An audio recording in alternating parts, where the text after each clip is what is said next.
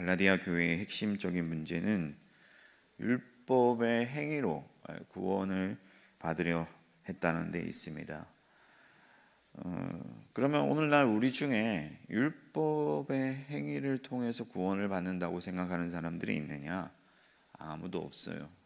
다 누구나 개신교인이라고 하면 믿음으로 구원을 얻는다는 사실 정도는 다 알고 있습니다. 보편적 진리가 되었어요. 유대주의자들의 어떤 계략과 또 그들의 가르침, 이런 것들은 다 무너지고 사라졌습니다. 그러나 문제는 뭐냐?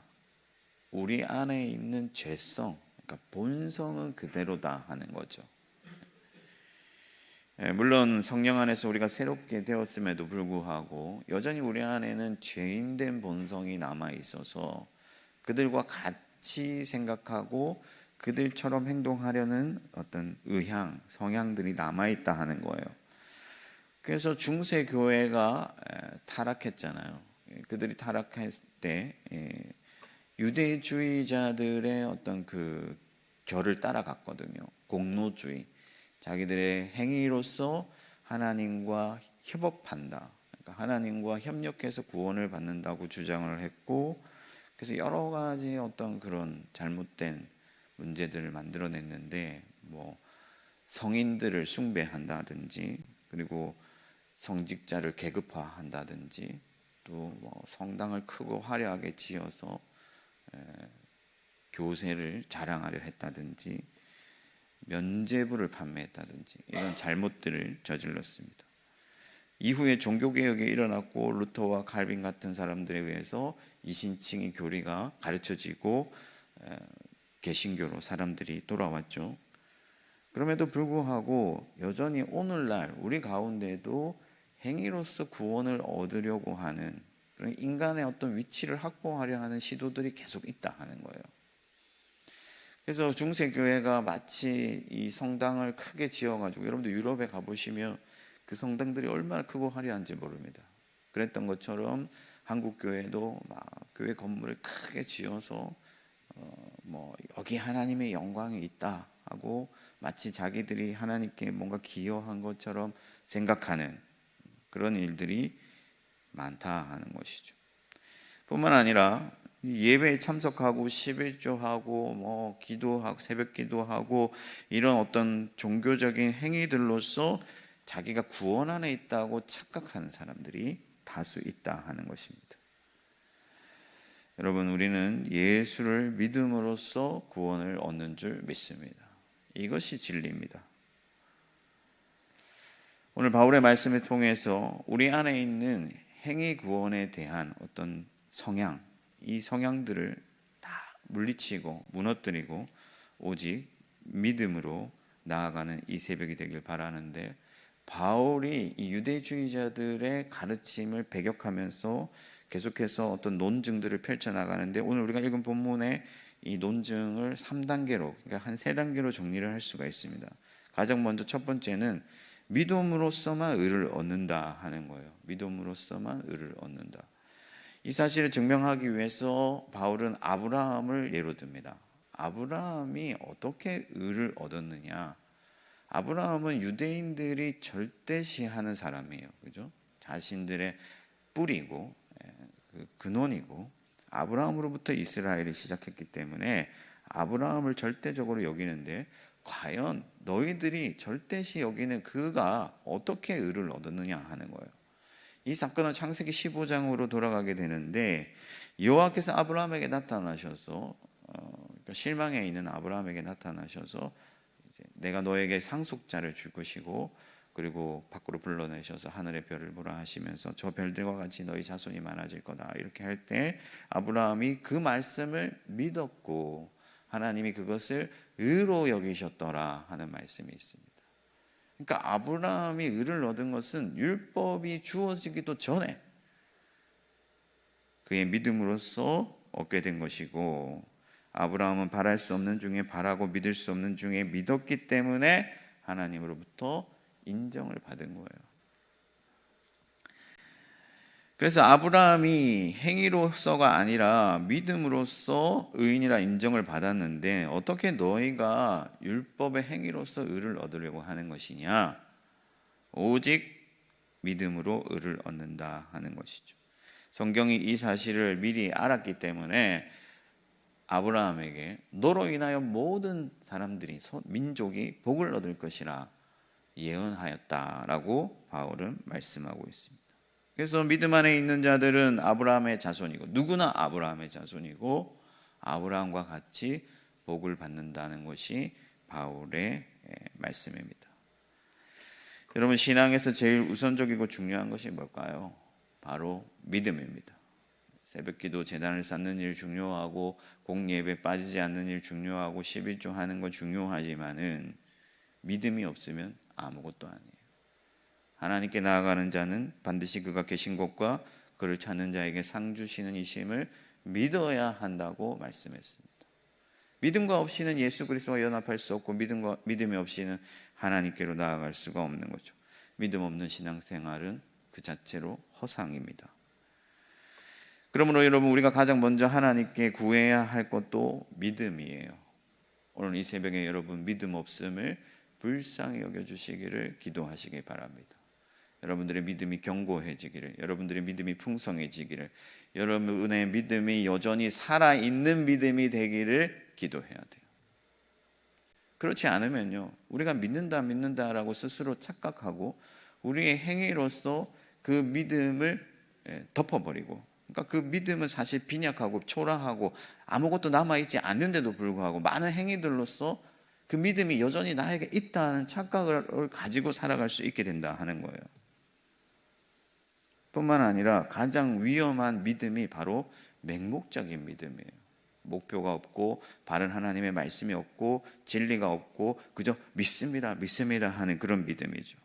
그 믿음은 가짜고 거짓된 것이고 아무런 능력이 없기 때문에, 사람을 살리는 믿음이 아니기 때문에 그저 사람의 생각일 뿐이고 신념일 뿐이고 착각일 뿐이기 때문에 예수 앞에서 매몰차게 거절당하는 그런 비극을 맞이할 수 있다 하는 것입니다.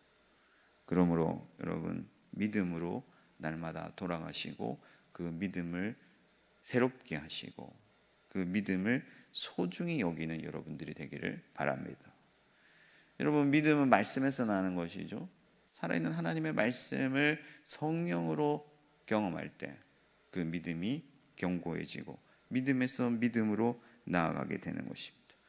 그러므로 여러분, 하나님의 살아계심을 믿고 하나님이 여러분들의 아버지 되심을 믿고 예수 그리스도가 여러분들을 살리셨다는 사실을 믿고 오직 성령을 믿고 날마다 믿음으로 승리하는 저와 여러분들 되기를 축복합니다.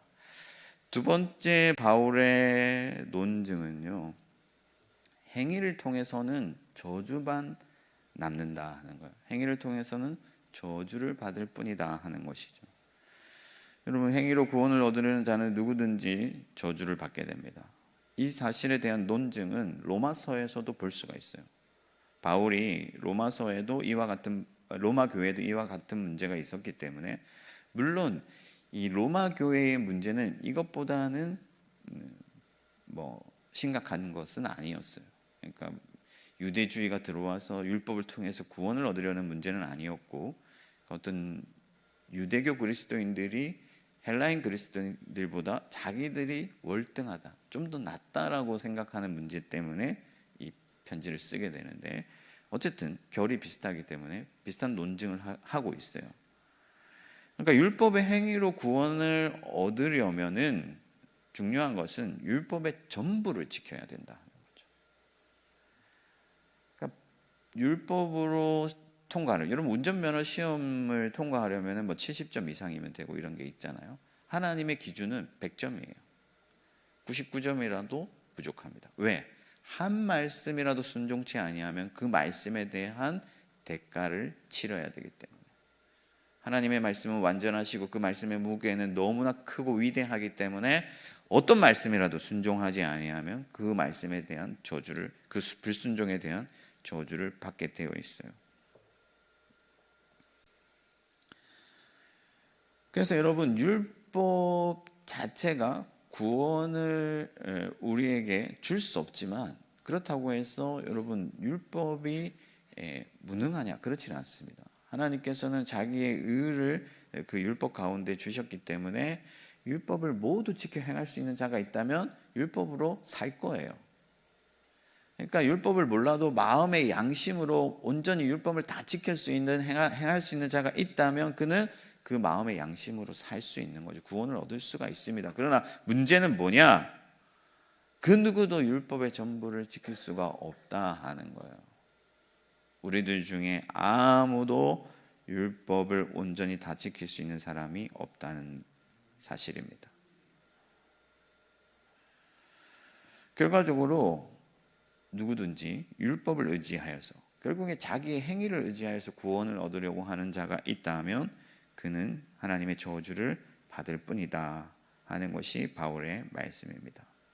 바울은 이 사실이 너무나도 분명하기 때문에 성경은 오직 의인은 믿음으로 산다고 말씀하고 있다는 것을 우리에게 주지시키고 있습니다. 그러니까 성경이, 구약 성경에, 너희들이 절대적으로 여기는 그 구약 성경에 이미 의인은 믿음으로 산다고 말씀하고 있는 이유는 이 사실이 너무나도 분명하기 때문이다. 모든 사람이 죄인이고 한 사람도 행위로서는 의에 이를 수 없다 하는 것이죠. 그래서 하나님께서 율법을 사람을 살리는 수단으로 주셨다면 그 율법이 사람을 살리겠지만, 그렇지 않고 율법은 죄를 지적하고 사람을 정죄하는 그런 기능으로서 주신 것이지 그것이 사람을 살릴 수 있는 것은 아니다 하는 겁니다. 그러나 유대인들이 착각을 하게 되죠. 오히려 율법을 자랑하고 율법을 의지하고 율법을 지킬 때 자기들이 구원을 받고 다른 사람들보다, 다른 민족보다 더 월등할 수 있다고 여기고 그 율법으로 다른 이들을 멸시하면서 자기 행위를 자랑했죠. 그래서 복음서에도 보면은 바리새인과 세리의 기도가 등장하는데 하나님이 들으신 기도는 세리의 기도다. 세리는 하나님을 긍휼의 하나님으로 믿고 용서를 구했지만은 바리새인은 자기의 의를 자랑했잖아요. 하나님 앞에서. 사랑하는 성도 여러분, 우리가 우리의 행위를 자랑하거나 우리의 행위를 의지하면 결국에는 망하는 거예요. 거기에는 생명도 없고 거기에는 은혜도 없고 거기에는 어떤 하나님의 선하심도 없다 하는 거죠. 사람들은 죄의 본성을 가지고 있기 때문에 조그만 것이라도 내가 더 잘하는 것이 있고 내가 남들보다 나은 것이 있다면 내세우기를 좋아하고 그것을 통해서 하나님께 도달하려는, 하나님의 상을 받으려는 그런 시도들을 하지만은 그 시도들은 모든 것이 헛된 것이다 하는 거예요. 여러분, 우리 아들이 3살, 4살일 때 자기가 좋아하는 과자는 어디에 있냐면은 찬장 위에 보통 두잖아요. 엄마가 아이 손에 못 가게. 그래서 그것을 가져보려고 온갖 시도를 하죠. 점프를 해보기도 하고 의자를 갖다 대보기도 하지만은 여전히 모자라요. 결국에 아버지의 힘으로, 아버지의 능력으로 그걸 가져다 줄 수밖에 없는 것이죠. 저 여러분들이 그러한 수준에 있다 하는 것입니다. 별 시도를 다 해봐도 결국에는 하나님의 진노를 살 뿐이고 비참한 자신을 마주할 뿐이고 우리 중에 그 누구도 자기 행위로는 구원과 은혜를 얻을 자가 없다 하는 것이죠. 그러면 여러분, 어떤 행위 자체가 아무런 의미가 없느냐? 그렇지는 않아요. 믿음의 열매로서 행위가 필요한 것이죠. 공로가 되지 않는다 하는 거예요. 믿는 자들은, 여러분, 예수의 십자가를 믿는데 어떻게 아무런 행위가 없을 수 있습니까?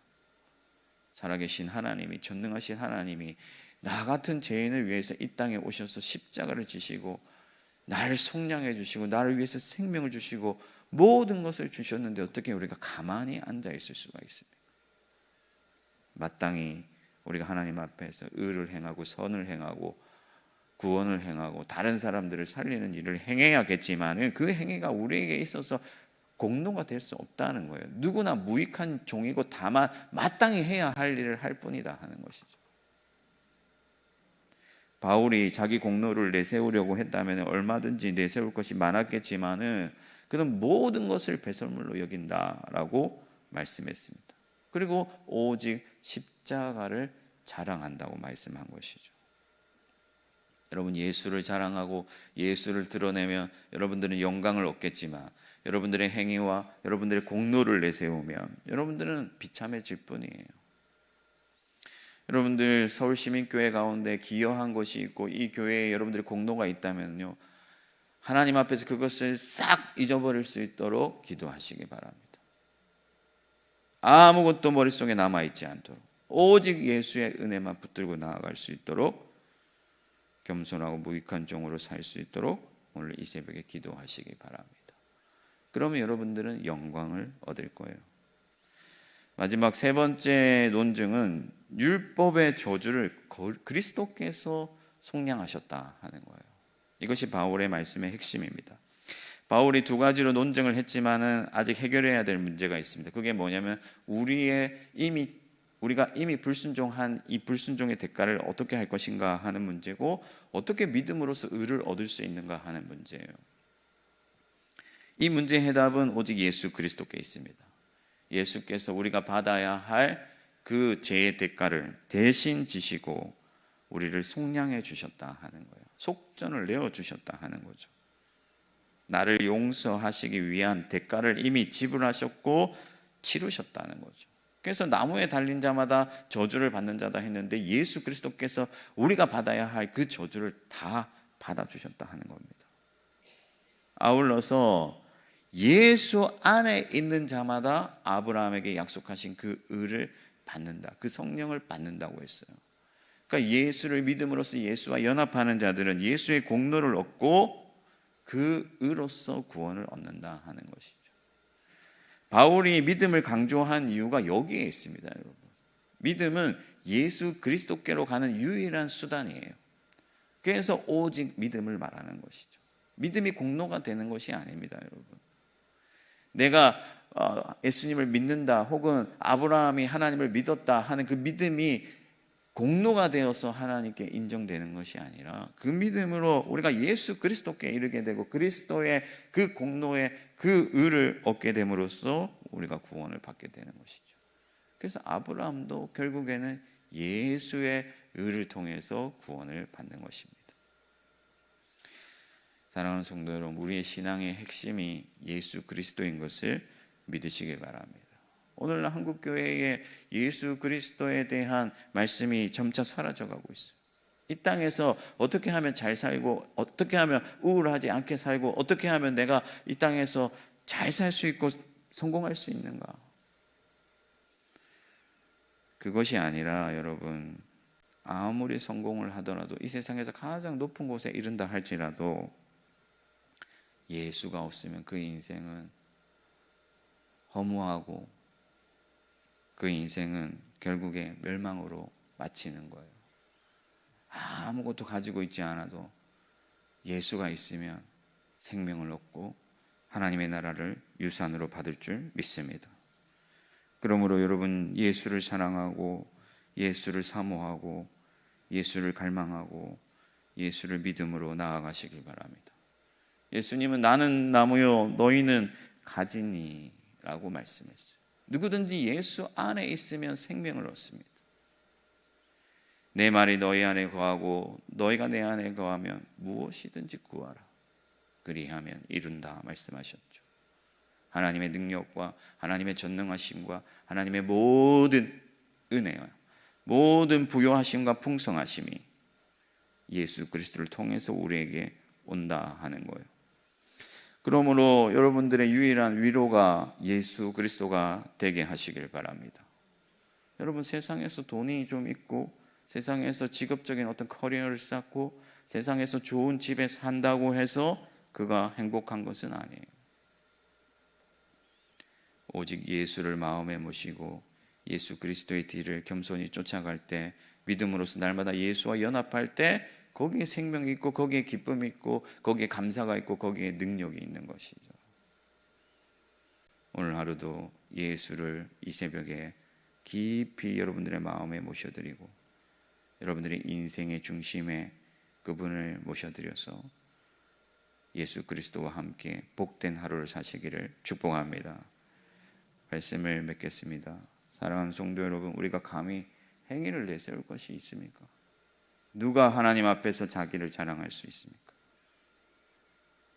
여러분들 안에 있는 모든 교만을 꺾어버리고 겸손히 믿음으로 예수만 의지하시기를 바랍니다.